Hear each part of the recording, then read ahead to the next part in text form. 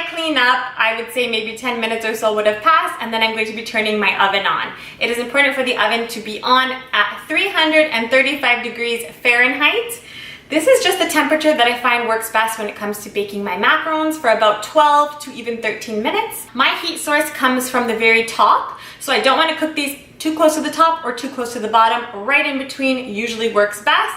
Play around with your oven because everyone's oven is different. Ovens can be quite difficult, so that can also be your downfall when it comes to making macarons. The macarons just went in the oven after sitting out for 30 minutes to develop a skin. Since every time you pipe the macarons, you need to leave them for 30 minutes before you place them in the oven, I'm going to begin by piping the next batch up.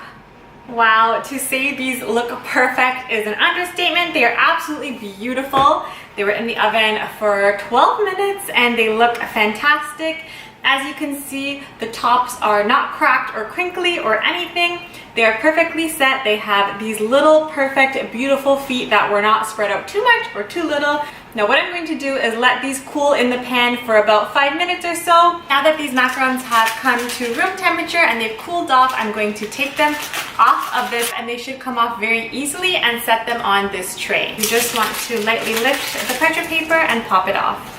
So I'm just going to keep doing what I've been doing, and I'm going to be piping them out, letting them sit, putting them in the oven, and so on and so forth. But of course we need to make a filling for these macarons because you can't just eat them like this, they need a filling. So what I'm going to be doing is I'm going to be showing you how to make a basic chocolate ganache. It is so simple and so delicious, you're going to love it. I'm also going to be teaching you how to make the most basic buttercream. It is just a simple buttercream, so you have two options, a chocolate ganache and a buttercream, and you can decide what you like best.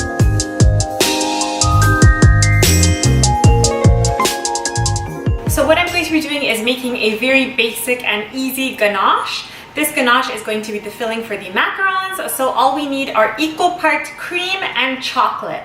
So I'm just using a semi-sweetened chocolate chips. So to half a cup of cream, which is about 115 grams, I added 115 grams of chocolate, which ends up being about 3/4 of a cup. You also can add, this is optional, but a little pinch of salt towards the end. We'll get to that later. So what we are going to do is add this half a cup or 115 grams of heavy cream to this pot. Now what we're going to do is take this saucepan and put it over about a medium heat until it comes to a nice simmer. While the cream is bubbling, you can quickly just add a little bit of salt to your chocolate. So the cream has just come to a boil without it boiling over, of course. I'm just going to pour this cream right on top of the chocolate. So leave this for about a minute or two, and then when the chocolate is nice and melty, it should be so much easier to stir and turn into a nice chocolatey ganache. So now it's time to give this a quick mix. And as you can see, the chocolate and the cream are becoming a ganache right before our eyes. So continue to mix that until everything is combined. It should look nice and thick and beautiful. This ganache is of course great to pour over a cake if we had one, but we want this as a filling for our macarons. So what we have to do is cover this with plastic wrap and place this in the fridge for maybe about an hour until the chocolate sets.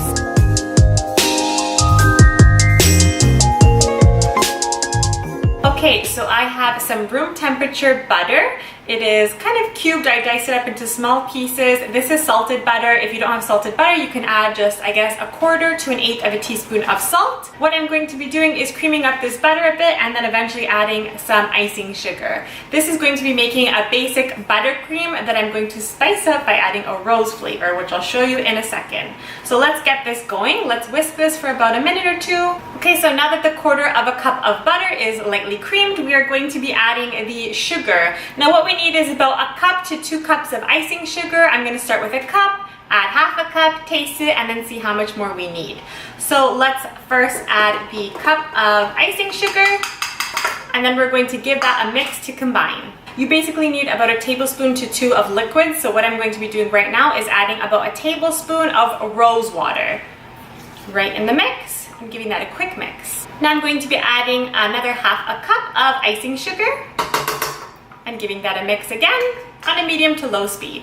Okay, now that everything looks nice and creamy, what I'm going to be doing is adding 1 tablespoon of rose syrup. I basically made my own rose syrup with the rose water. If you guys want a recipe on that, just let me know. But you can also purchase a rose syrup online. So just a tablespoon right to the mix, and we're gonna give it a final little spin. Okay, now this buttercream is done. You could of course have just used some cream and vanilla extract to make a basic vanilla buttercream. I just wanted to make a rose buttercream since I do have these pretty pink colored macarons. I will of course be including this recipe, the ganache recipe, and the macaron recipe over on my blog at ladolcelisa.com. I will link that down below in this video, so check out the description box for the recipe. I'm just going to be putting this buttercream in the fridge for maybe like 15 to 20 minutes just to set up. It is already pretty much ready to pipe, but I like to keep it in the fridge for a little bit longer. That way it is nice and firm and it's not runny on us. So I'll be right back.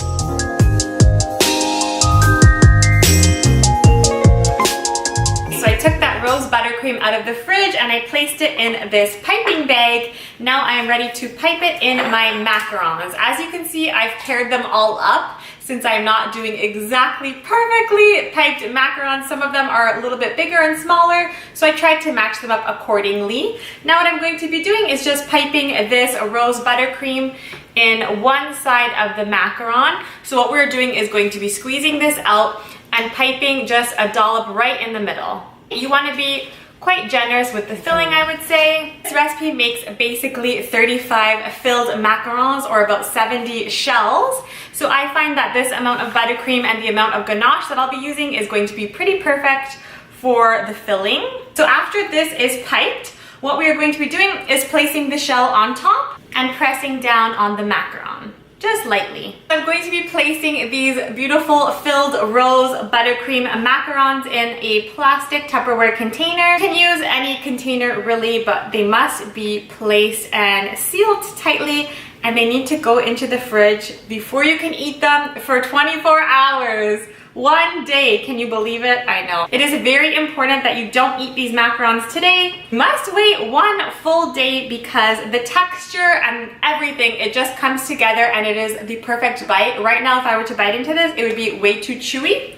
The perfect macaron should technically melt in your mouth and be set perfectly in the fridge when you place them in a container and you don't touch them for 24 hours. I'm going to be popping these macarons in the fridge and I'm going to be getting out that chocolate ganache to pipe up my last few macarons. So now I have my chocolate ganache all ready to go. I placed it in this disposable piping bag so that I could throw it away after. But now we are going to basically be doing the same thing as we did with the buttercream. So we're just going to be piping a dollop right in the center. So with all of these beautiful filled macarons, these have the semi-sweet chocolate ganache with a little bit of salt to make it sort of a salted chocolate flavor. These look so beautiful and they are quite filled.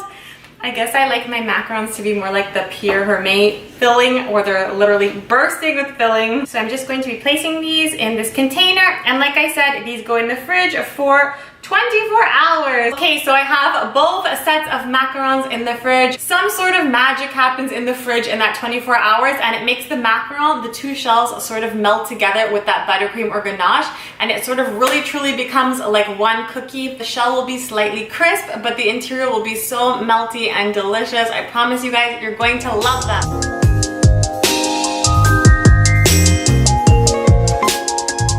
Okay, so I'm back and I'm finally ready to eat these macarons. Like I said, they need at least 24 hours in the fridge before you can have a bite. And then right as you're about to, you should let them come up to room temperature for at least half an hour. You don't want to eat them when they're super cold, even though they will still be good. But I'm going to give these a taste. So what should I taste first? Let's go with the rose buttercream filling. The shell is basically the same throughout. However, the macarons get their flavor from the filling. So let's try this beautiful rose buttercream that I made. Super simple.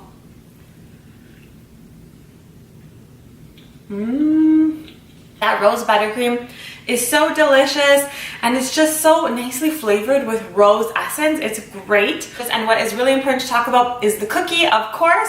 The macaron shell itself, it is so tender and like melt in your mouth. It has that crisp shell exterior and the inside just gets to be so smooth. It sort of melts and truly becomes one cookie as opposed to like two cookie sandwich with cream in the middle. And now let's try the chocolate one, chocolate ganache. I'm such a chocolate lover, so I already know that I'm going to love this.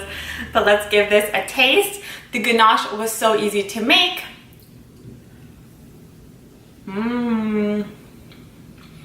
Even more melt in your mouth. Wow. That ganache is delicious. It was made with the semi-sweet chocolate, so it's not so overly sweet. Complements perfectly with this nice, soft, beautiful macaron cookie. As you guys can see, I mean, this is really how a macaron should taste like. You should never bite into one and have it go, or it should never be so chewy that you're like struggling to bite through it. It should just be so soft and slightly crisp.